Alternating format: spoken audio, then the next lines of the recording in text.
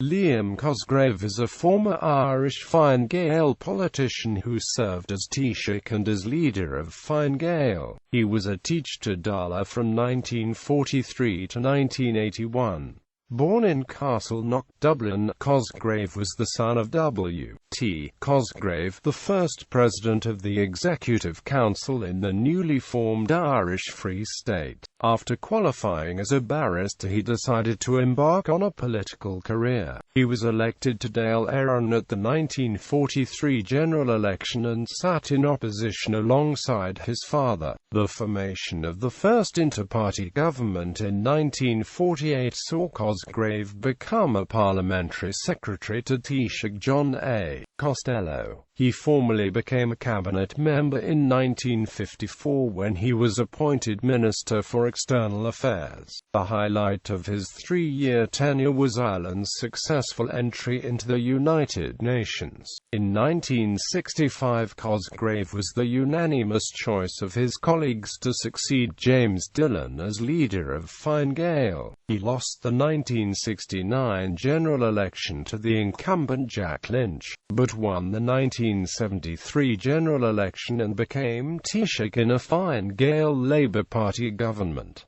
Early life. From an early age, Liam Cosgrave displayed a keen interest in politics, discussing the topic with his father as a teenager before eventually joining Fine Gael at the age of 17. Speaking at his first public meeting the same year, he was educated at Synge Street CBS, Castleknock College, Dublin, and King's Inns. He studied law and was called to the Irish bar in 1943.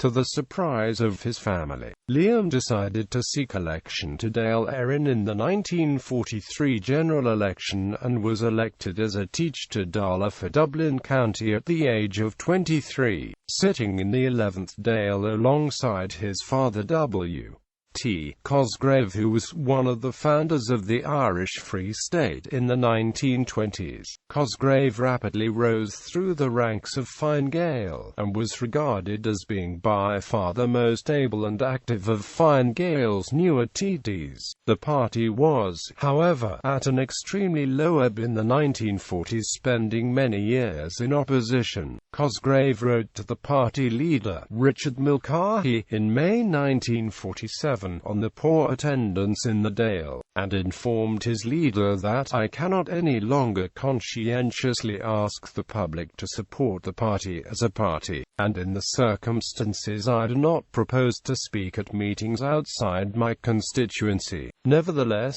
Cosgrave became the parliamentary secretary to the Taoiseach and chief whip when the party returned to power in 1948.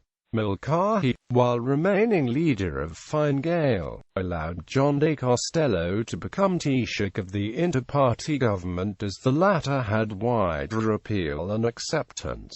Political career. Minister. The first coalition government collapsed in 1951. However, in 1954 a second inter-party government was formed. On this occasion, Liam Cosgrave, at the age of 34, was given a cabinet position. As Minister for External Affairs, Cosgrave took part in trade discussions and chaired the Committee of Ministers of the Council of Europe in 1955. He also presided over Ireland's admission to the United Nations in 1955.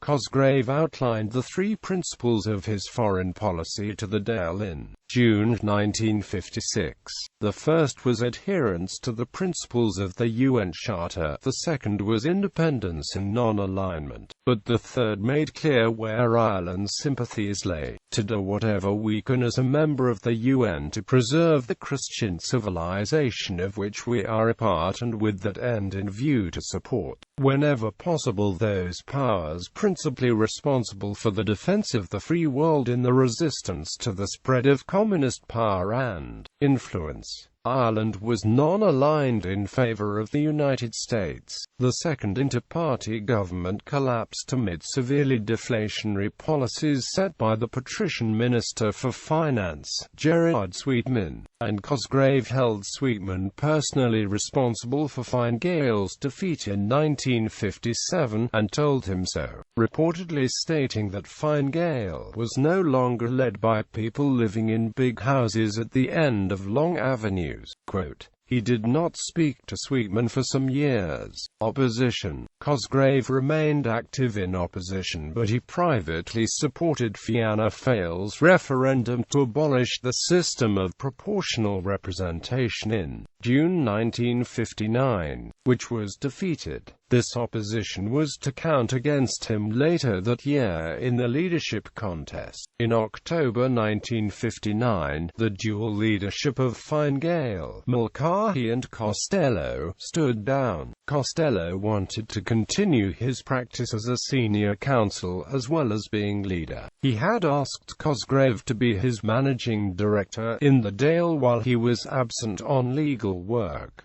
Cosgrave, not surprisingly, had declined this. James Dillon and Cosgrave contested the leadership, with Dillon decisively elected. With Fine Gael back in opposition during the 1960s, an internal struggle for the soul of the party was beginning. A large body of members called on Fine Gael to move decisively towards social democracy. A set of 8 principles known as the Just Society was put forward to the party leadership by Declan Costello, the son of John A. Costello, the former Taoiseach. The principles called for higher state spending in health and social welfare on top of a greater state role in the economy. Despite his conservative credentials, Cosgrave adopted a somewhat positive attitude to the Just Society document. Nevertheless, Fianna Fáil went on to win the 1965 general election, and Fine Gael remained in opposition.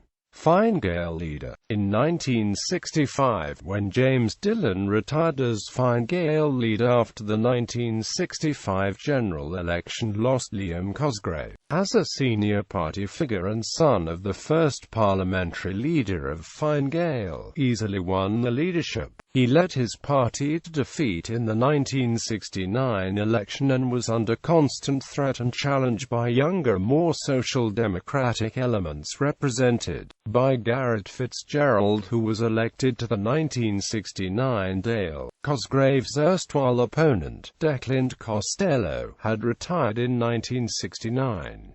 Cosgrave's fortunes changed in 1970.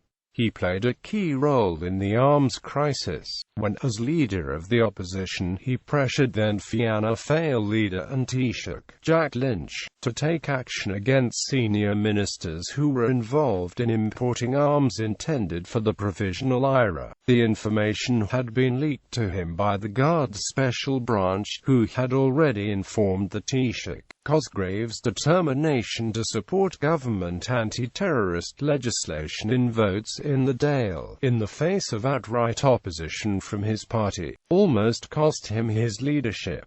The growing liberal wing in Fine Gael was opposing the government's stringent laws on civil liberty grounds. Cosgrave put the security of the state and its institutions first. At the Fine Gael Ard Fierce in May 1972, Cosgrave faced down his political opponents in spectacular style. 1972 marked the 50th anniversary of the foundation of the Irish Free State and so was an important milestone in the history of Fine Gael. However, the FF government ignored the anniversary while Liberals in Fine Gael were plotting to remove Cosgrave as leader. In a speech littered with references to Fine Gael's founding fathers, he contrasted the difficulties posed by the IRA in Northern Ireland with those faced by the first Free State government in dealing with the anti-treatyites. Departing from his script, Cosgrave rounded on his leadership rivals. asking delegates if they did any hunting. Cosgrave declared that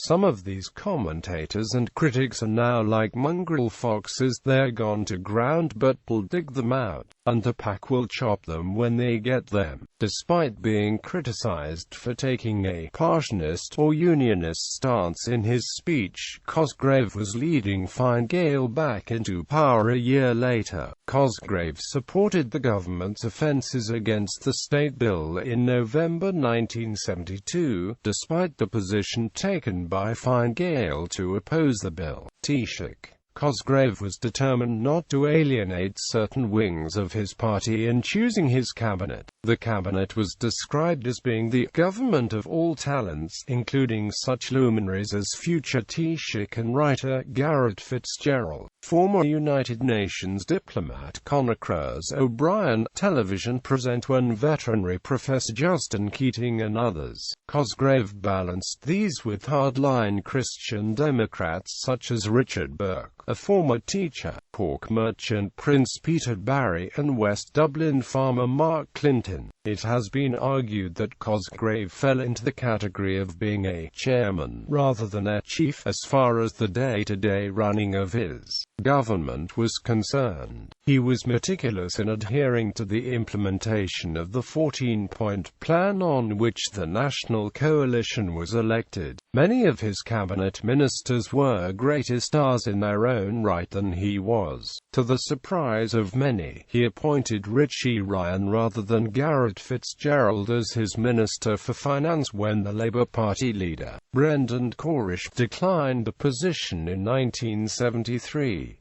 Ryan, a Dublin solicitor, was of typically conservative Fine Gael stock. Nevertheless, Ryan implemented the coalition's plans to replace death duties with a range of capital taxes, including capital gains tax and wealth tax. Fianna Fáil bitterly opposed these new capital taxes and garnered considerable support from the wealthy and propertied classes as a result that would stand them in good stead in future elections. The National Coalition had a string of bad luck. It started with the world energy crisis triggered by the Yom Kippur War in October 1973, which caused inflationary problems. It suffered an early electoral defeat in the 1973 presidential election, when Fine Gael candidate Tom O'Higgins was defeated by the Fianna Fáil candidate Erskine H. Childers, who became President of Ireland. Contraception. In December 1973, the Supreme Court declared the ban on the importation of contraceptives by married persons to be unconstitutional. Patrick Cooney, the Minister for Justice, introduced legislation in 1974 to regulate and allow for married couples to obtain contraceptives. Fianna Fáil opposed any liberalisation of the law on family planning and fought the measure in the Dáil on grounds of protection of public morality and health. In line with his conservative credentials, and on a free vote, Cosgrave, without warning, crossed the floor to help defeat his own government's bill in the summer of 1974. Clashes with the presidency. The presidency dogged the National Coalition. Erskine Childers had sought the presidency with promises of making the office more open and hands-on, in particular with plans to create a think tank within Eris and Uachtaráin to develop an outline for Ireland's future. Cosgrave refused to allow it, and frustrated Childers' plans to break with the restrained precedent of his office. President Childers died suddenly in November 1974. The replacement, agreed with other parties, was Sir Paul O'Dallagh, a former Chief Justice and former Attorney General. O'Dallagh was a member of Fianna Fáil. O'Dallagh was also a noted critic of the curtailment of free speech and was highly critical of the introduction of Section 31 of the Broadcasting Act, which forbade the broadcast of the voices of Sinn Féin Acute members. This put him at odds with Cosgrave, whose government had strengthened the Act. Cosgrave maintained a marked distance from Eris and Uachtaráin, whereas previously, presidents had been briefed by Taoiseach once a month. Cosgrave briefed Presidents Childers and O'Daly on average once every 6 months. In addition, Cosgrave frequently interfered in O'Daly's constitutional role as the state's representative to foreign governments. He was not permitted to receive the Legion of Honor from France, although former President Sean T. O'Kelly had previously received it, and Cosgrave attended the United States' bicentennial celebrations in 1976 in O'Daly's place. O'Daly's decision in 1976 to exercise his power to refer a bill to the Supreme Court to test its constitutionality brought him into more direct conflict with the National Coalition. The government had introduced the Emergency Powers Bill following the assassination in July of the British ambassador to Ireland, Christopher Hewitt Biggs, by the IRA. It had passed the Dáil on the 21st of September. After consultation with the Council of State, O'Daly referred the bill to the Supreme Court 2 days later. Although the court ruled that the bill was constitutional, and O'Daly subsequently signed the bill into law on the 16th of October, an IRA action on the same day in Mountmellick resulted in the death of a member of Garda, Michael Clarkin. Cosgrave's government, already infuriated, blamed O'Daly's delaying enactment of the bill for Clarkin's murder. On the 18th of October, Minister for Defence Paddy Donegan attacked the president for sending the bill to the Supreme Court, calling him a thundering disgrace. Cosgrave called to inform the president of Donegan's speech, but refused to meet with him in person to discuss the matter owing to his dislike for O'Daly, fueling the president's anger. He refused to receive Donegan when he came to personally apologize. When Cosgrave then refused to accept Donegan's resignation, this proved the last straw for O'Daly, who resigned on the 22nd of October 1976 to protect the dignity and independence of the presidency as an institution. Northern Ireland. Cosgrave's government signed the Sunningdale Agreement that appeared to provide a solution to the Northern Ireland problem in December 1973. A power-sharing executive was set up and a Council of Ireland was to be established, but it all came crashing down in May 1974 as a consequence of the Ulster Workers' Council strike. In addition, many Republican voters were angered by what they saw as Cosgrave's harsh line on the PRA and the handling of the Dublin and Monaghan bombings, which resulted in the perpetrators walking scot-free. Both the Irish Times and the Irish Press, which was then edited by Tim Pat Coogan, were extremely critical of the government's curtailment of freedom of speech and in particular of the Minister of Posts and Telegraph's Conor O'Brien, which was used against the IRA. Tim Pat Coogan declared what he dubbed editorial war on the government after a now notorious interview between Bernard Nossiter of the Washington Post and O'Brien in August 1976 regarding the passage of the Emergency Powers Bill. During the course of the interview, O'Brien stated that he would have liked the bill to be used against teachers who glorified Irish revolutionaries,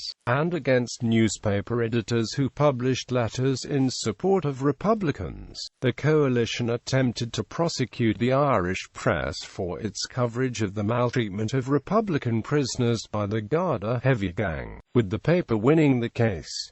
Cosgrave was accused of taking an anti-Republican or pro-unionist line regarding Northern Ireland economic measures. The Cosgrave government's tough anti-terrorist laws alienated the public, as did its tough austerity measures. Marginal income tax rates came to 77% 1 year during the coalition's reign. The electorate had not experienced unemployment and hardship of this nature since the 50s, and the government became quite unpopular. Combined with the Donegan affair and the hardline approach to law and order, the economic difficulties were quite damaging to Cosgrave and Corish's popularity.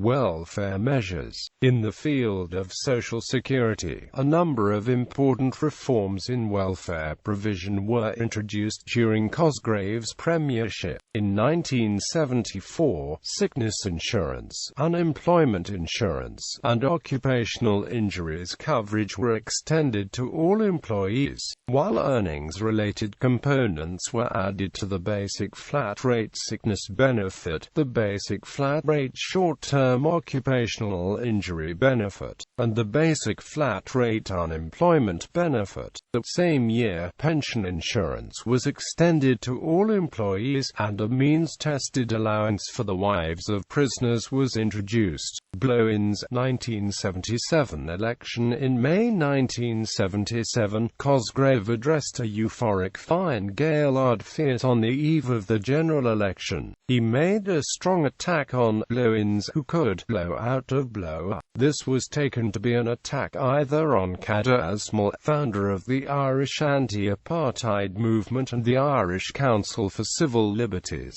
or on Bruce Annell, the English-born political writer in the Irish Independent newspaper, who had been vociferously opposed to Cosgrave's policies, particularly regarding the president and the wealth tax.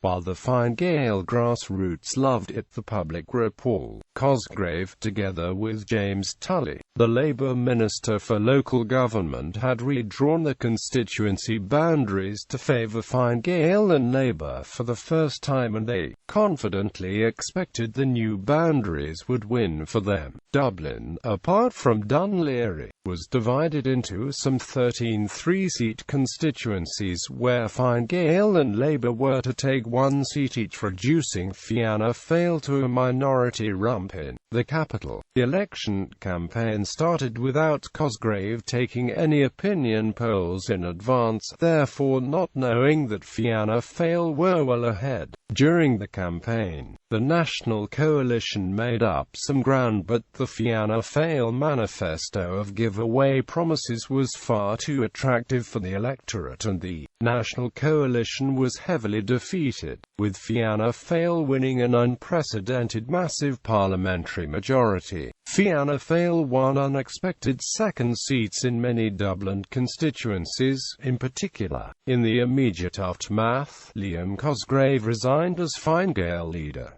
He was replaced by his former Foreign Minister, Garret Fitzgerald. Cosgrave retired at the 1981 general election. Cosgrave can be accused of calling the 1977 election prematurely, as the Irish economy was recovering rapidly in early 1977, and a later election in the autumn or winter of that year may have been more propitious for the National Coalition. Post-Taoiseach. In 1981, Cosgrave retired as Dáil deputy for Dún Laoghaire to be replaced by his son, Liam T. Cosgrave. He has reduced his involvement in public life, but he occasionally speaks in public, e.g. in 2010, he made an appearance for the launch of The Reluctant Taoiseach, a book about former Taoiseach John A. Costello written by David McCullough. He also appeared in public for the centenary of the Easter Rising in 2016, being seen watching on from a car as the military parade marched through Dublin. He receives an annual pension payment of €133,082. http www.rteiu pensions. He currently lives in Knockhill. Family. His son, Liam T. Cosgrave, was also an Irish politician. Government. The following government was led by Cosgrave, 14th Government of Ireland.